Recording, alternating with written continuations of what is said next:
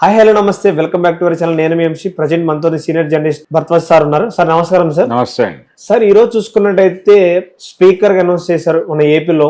Triple అని ఒక పేరుతోని అనౌన్స్ చేయడం గల కారణాలు ఏంటి సార్? అన్ని మంది ఉన్నా కూడా స్పీకర్ గా ఆయన కూడా కారణాలు ఏంటి? గతంలో వైసీపీలో ఉన్నారు, మళ్ళీ టీడీపీ ద్వారా వచ్చారనమాట. ఎందుకు ఎంచుకోవడం గల కారణాలు ఏంటి? అంటే కారణాలు ఏం లేదు, ఆయనకి ఇప్పటికే పదవి ఇచ్చి ఉండాలి. ఎందుకంటే ఆయన వైఎస్ఆర్సీపీలో ఉంటూ వైఎస్ఆర్సీపీ మీద యుద్ధం చేశాడు, ముఖ్యమంత్రి మీద.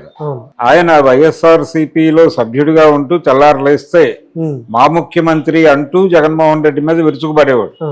ఇది నిజానికి ఒక రకంగా ప్రభుత్వ వ్యతిరేకత ప్రజల్లోకి తీసుకెళ్లటంలో రఘురామకృష్ణరాజు అప్పటి ప్రతిపక్ష పార్టీలకు విపరీతంగా సహకారం అందించాడు. అంటే ప్రభుత్వంలో ఉన్నటువంటి రకరకాల అవకతవకల్ని ప్రపంచం దృష్టికి తీసుకురావడానికి తనకున్న సోర్స్ ద్వారా తను ప్రయత్నం చేశాడు. ఈ ప్రయత్నం రఘురామకృష్ణరాజుకి ఎంత ఉపయోగపడిందో ప్రతిపక్షానికి కూడా అంతే ఉపయోగపడింది. అప్పటి ప్రతిపక్షానికి, ఇప్పటి అధికార పక్షం అది. ఇలా ఆయన రకరకాల విన్యాసాలు చేస్తూ ఉండగా అరెస్ట్ అయ్యాడు. అరెస్ట్ అయిన తర్వాత వాళ్ళు సస్పెండ్ చేసిన తర్వాత ఈయన పార్టీ నుంచి బయటకు వచ్చాడు. బయటకు వచ్చిన తర్వాత ఎక్కడ వెళ్ళాలి, ఎక్కడ వాలాలి అనే విషయం మీద రకరకాల ప్రయత్నాలు, చర్చలు, ఆలోచనలు చేశాడు ఆయన. ఫైనల్ గా అంటే ఆయన ఏమనుకున్నాడంటే, అప్పుడు తాను ఏ పార్టీలోకి అయితే తనను తీసుకోవాలనుకుంటారు వాళ్ళు ఆయనకి నామినేషన్ పత్రాలు, సభ్యత్వ పత్రాలు రెండూ కలిపి వెండిపళ్ళెంలో పట్టుకుని ఎదురొస్తారు అనుకున్నాడు ఆయన. అలా ఎవరు రాలేదు. ఆయన వైఎస్ఆర్సీపీలో నుంచి బయటకు వచ్చాడు ఈ అరెస్టు గొడవల తర్వాత. బయటకు వచ్చిన తర్వాత ఆయనంతటా ఆయన వేరే ఏ నాయకుడిని అప్రోచ్ కాల, మీ పార్టీలో చేరతానని, నా దగ్గరికే రావాలని వెయిట్ చేశాడు ఆయన. ఇలా వెయిట్ చేస్తూ ఉండగా ఫైనల్ గా తెలుగుదేశం పార్టీ నుంచి పిలుపు వచ్చింది. వెళ్ళాడు. చివరి నిమిషంలో వచ్చింది ఆయన. ఆ చివరి నిమిషంలో ఉండి నియోజకవర్గం కేటాయించారు, ఎమ్మెల్యే అయ్యాడు. ఎమ్మెల్యే అయిన దగ్గర నుంచి పదవి మీద కార్యక్రమం. ఈ రఘురామకృష్ణరాజుకు పదవి ఇస్తారా ఇవ్వరా, హోమ్ ఇస్తారని మొదట వినిపించింది. తర్వాత స్పీకర్ ఇస్తారన్న దగ్గర ఎండ్ అయింది. స్పీకర్ ఇవ్వలేదు, హోము ఇవ్వలేదు. ఫైనల్ గా ఆయన ఖాళీగా ఉండిపోయాడు. ఈ ఖాళీగా ఉండిపోయినటువంటి క్రమంలో ఈయన నెమ్మదిగా వైఎస్ఆర్సీపీకి చెందిన సోషల్ మీడియా హ్యాండిల్స్ లో కనిపించడం మొదలుపెట్టాడు. కనిపించి ఆయన తన మనసులో ఉన్నటువంటి వ్యతిరేకతని, వ్యతిరేక భావాలని ప్రపంచం దృష్టికి తీసుకెళ్లే ప్రయత్నం చేస్తున్నాడు. ఎందుకు వ్యతిరేకత పోగుపడింది అంటే, ఆయన కూడా క్లెయిమ్ చేసుకుంటున్నాడు ఈ గెలుపుని. తన వలన కూడా తన కృషి కూడా ఉంది తెలుగుదేశం పార్టీ గెలుపులోను.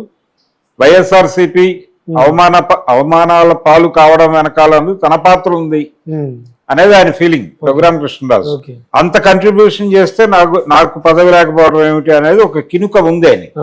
ఇందులో భాగంగా కొంత అసహనం, ఈ అసహనంలో నుంచి ఫైనల్ గా ఇప్పుడు అంటే పదవి ఇస్తారా ఇవ్వరా, ఇచ్చే అవకాశాలు లేవు అని అనుకుంటున్న దశలో లేదు, ఏదో మేరకు ఈయన్ని అకామిడేట్ చేయాలి. తద్వారా మిగిలిన వాళ్ళల్లో కూడా, అంటే పార్టీలో అందరికీ పదవులు ఇవ్వలేరు కాబట్టి ఒక కనీసం మాట్లాడేటువంటి వాళ్ళకి, గొడవ పడగలిగినటువంటి వాళ్ళకి పదవులు ఇవ్వడం ద్వారా ఒక ఏరియాలో కంట్రోలింగ్ వస్తుంది. అందులో భాగంగా ఆయనకు పదవి ఇచ్చారు, డెప్యూటీ స్పీకరు. నిజానికి ఆయన స్పీకర్ అవుతాడని మొదట ప్రచారం. ఫైనల్ గా డెప్యూటీ స్పీకర్ దగ్గర ఆగాడు. ఇక్కడి నుంచే ఆయన ప్రయాణం ఎలా ఉంటుంది అనేది చూడాలి. ఒకవేళ పరిస్థితి బాగుపడితే తిరిగి వైసీపీకి వెళ్ళినా వెళ్ళొచ్చు, చెప్పలేం, గ్యారంటీ లేని వ్యవహారం. ఆవిడ అంటే ఒక రకంగా రఘురామకృష్ణరాజు తను అనుకుంటున్నటువంటి, తను ఏదైతే అనుకున్నాడో అది వర్కౌట్ అవ్వాలి. ఆయన మొదట్లో హోంమంత్రి అనుకున్నాడు, హోంమంత్రి కాలేదు. స్పీకర్ అనుకున్నాడు, స్పీకర్ కాలేదు. ఫైనల్ గా డెప్యూటీ స్పీకర్ దగ్గర సెటిల్ అయ్యాడు. ఫర్దర్ గా ఏం చేస్తాడు, ఎలా ఉంటుంది కదలికలు అనేది చూడాలి. ఇప్పటికే ఆయన కూటమి మీద ఒక యాంగిల్లో విమర్శ మొదలు పెట్టాడు. ఈయన్ని ఇలా ఖాళీగా వదిలిపెడితే ఎక్కడో చోట దాడి చేస్తాడనే భయం ఉంది. ఆ భయం చొప్పున పదవి ఇచ్చి కూర్చోబెట్టారు. సార్ ఇప్పుడు పొలిటికల్లో తనకి ఇవ్వడానికి చాలా కారణాలు చెప్పారు. మరి తనకి ఆ పదవి ఇచ్చిన తర్వాత ఏమన్నా గందరగోళాలు, కూటమిలో ఏమన్నా చిచ్చిరేగే అవకాశం ఉందంటారు? కూటమిలో ట్రిపుల్ ఆర్కి పదవి ఇవ్వడం ద్వారా వచ్చేటువంటి ఇబ్బందులు అయితే ఏవీ లేవు. అంటే ఆయన్ని అకామిడేట్ చేస్తే బెటర్ అనే ఉద్దేశం చాలా మందిలో ఉంది. ఆయన్ని వదిలిపెట్టేస్తే నష్టం కలగజేసే ఛాన్స్ ఉంది అనే అభిప్రాయం కూడా ఉంది. ఆల్రెడీ మొదలుపెట్టాడు ఆయన.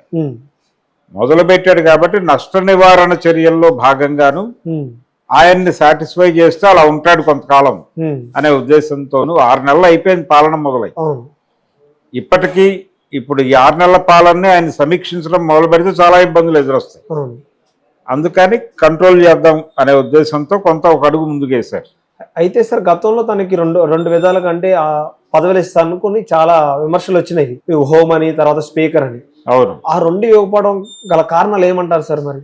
అంటే ఆయనకి శాసనసభ నియోజకవర్గాన్ని కేటాయించడానికి కూడా టైం తీసుకున్నారు. అవును. చివరి నిమిషంలో అంటే మొదటి నుంచి కూడా ఈయన పార్టీలో అక్కడి నుంచి బయటకు వచ్చేసిన తర్వాత వైఎస్ఆర్సీపీలో నుంచి బయటకు వచ్చాడు ఆయన అరెస్ట్ తర్వాత. బయటకు వచ్చిన క్షణంలో ఏదో ఒక పార్టీలో చేరిపోవాలి, చేరలేదు ఆయన. చేరకుండా నేను ఇందాక చెప్పినట్టుగా పదవి ప్రమాణ స్వీకార పత్రాలు అలాగే ఇతర పత్రాలు ఈ అంటే నామినేషన్ కి సంబంధించిన పత్రాలతో పాటు సభ్యత్వ పత్రాలు కూడా తీసుకుని ఏదో ఒక పార్టీ నాయకుడు, అది చంద్రబాబు పవన్ కళ్యాణ్ మరొకరా అనేది కాదు, వారు వచ్చి అయ్యా మీరు మా పార్టీలో చేరి మా పార్టీ నుంచి ఎమ్మెల్యేగా పోటీ చేయండి అని అడగాలని అనుకున్నాడు ఆయన. ఇది ఇబ్బంది కలిగించింది. న్యాచురల్ గా వాళ్ళు ఈయన అప్రోచ్ అయ్యి తెచ్చుకోవాలి, ఆ పరిస్థితి కాదు. మీరు నా దగ్గరికి వచ్చి నాకు పదవి ఇవ్వాలి అన్న టోన్ లో వ్యవహరించాడు. తర్వాత అది మనసు మార్చుకున్నాడు, నెమ్మదిగా కలిశాడు, వాళ్ళతో ట్రావెల్ అయ్యాడు, తెలుగుదేశం తరఫున ప్రచారం చేశాడు, ఆ గొడవ వేరు. కానీ ఇప్పుడు ఈ టైం బౌండ్ పెట్టడం వెనకాల ప్రోగ్రామ్ అది. సార్ ఎందుకు తన పార్టీలో ఉండి అంటే ముఖ్యమంత్రులు కానీ వాళ్ళ పార్టీలో ఎందుకు విమర్శించడం గల కారణాలు ఏంటి త్రిపుల్ ఆర్ గారు? అంటే తనని తాను గౌరవించుకుంటాడు ఆయన. ఆ గౌరవించుకోవడంలో భాగంగా అవతల వాళ్ళకి ఉండేటువంటి ఇబ్బందులు, ఇతర సమస్యలు ఈయన పట్టించుకోడు. ఈయన ధోరణిలో ఈయన ఉంటాడు, ఈయనకు కావాల్సిన దాని గురించే చూసుకుంటాడు. అదేమన్నా అంటే ప్రజల కోసం మాట్లాడుతున్నాను, నేను ప్రజల కోసం చేస్తున్నాను అంటాడు, నేను త్యాగశీలిని అంటాడు. ఇలా ఇన్ని గొడవలు ఉన్నాయి ఆయనతో. అందుకని కెలకటం ఎందుకు అనే ఉద్దేశంతో ఇబ్బంది ఉన్నప్పటికీ సర్దుకుపోయే ప్రయత్నమే చేస్తున్నారు అందరూ. నిజానికి అరెస్ట్ వలన ప్రయోజనం ఉంటుందా లేదా అని రిలీజ్ అవటం వల్ల కాంగ్రెస్ పార్టీకో లేకపోతే మరొకళ్ళకో లేకపోతే తెలుగుదేశం కూటమికో ఒరిగేది ఏమైనా ఉందా? ఇవన్నీ చూస్తే అదొక గందరగోళ పరిస్థితి. చూద్దాం. రఘురామకృష్ణరాజు ప్రస్తుతానికైతే తెలుగుదేశం ఉండి ఎమ్మెల్యే, ఆయన డిప్యూటీ స్పీకర్ అయ్యాడు విజయవంతంగా. ఈ పదవి నుంచి ఇంకెటు ఎక్స్పాండ్ అవుతాడో చూద్దాం. అంటే ఎక్స్పాండ్ అంటే సార్ ఇప్పుడు పదవికి వెళ్తారంటున్నారా లేకపోతే ఇతర పార్టీలోకి వెళ్ళొచ్చే అవకాశం? ఇంకా పదవికి వెళ్ళడు ఆయన, అయిపోయింది. డిప్యూటీ స్పీకర్ గానే ఉంటాడు ఈ టైం అంతా. ఈ టైం అంతా ఒబీడియంట్ గా ఉంటే నెక్స్ట్ టైం ఒకవేళ పార్టీ గెలిస్తే ఏదైనా బెటర్ పొజిషన్ లోకి వెళ్తాడు. అదే మొదటి నుంచి ఆయన పార్టీలో చేరకపోవడం వలన ఈ పరిస్థితి. బయటికి రాగానే ఏదో ఒక పార్టీలో చేరుంటే పరిస్థితి వేరుగా ఉండే. తన కోసమే అంటే పార్టీ వల్ల నా కాడికి రావాలని వెయిట్ చేయడం వల్ల విమర్శలు వస్తాయి అంటారు. అవును. మళ్ళీ వైసీపీకి వెళ్ళే అవకాశం ఉందంటారు సార్? మరి లేదు. కానీ ఈ పదవి రావడానికి ముందు ఆయన కొన్ని వైఎస్ఆర్సీపీ తాలూకా సోషల్ మీడియా ప్లాట్ఫామ్ మీదకి వెళ్ళి మాట్లాడొచ్చాడు. అంటే నాకు మీరు కాకపోతే ఆల్టర్నేటివ్ ఉంది అని ఇండికేట్ చేయడం ఆయన ఉద్దేశం కావచ్చు. అది కొంత వర్కౌట్ అయిందని కూడా అనుకుంటున్నాను ఆ స్ట్రాటజీ. చంద్రబాబు గారికి పార్టీలో విమర్శలు రాకుండా అంటే ఎదురు దెబ్బ తగలకుండా తనకి సీట్ ఇవ్వడం కారణం ఇదే అంటారా డిప్యూటీ స్పీకర్ గా? అంతే, ఇబ్బంది లేకుండా. మనకు ఒక పదవి కావాలి, ఆయనకు ఒక పదవి కావాలి, ఆ పదవి ఇచ్చేస్తే ఉంటాడు దానిలో గొడవ లేకుండా. అందుకోసమని ఆయనకు పదవి ఇచ్చేసి కూర్చోబెట్టారు. Okay sir, thank you sir, thank you so much.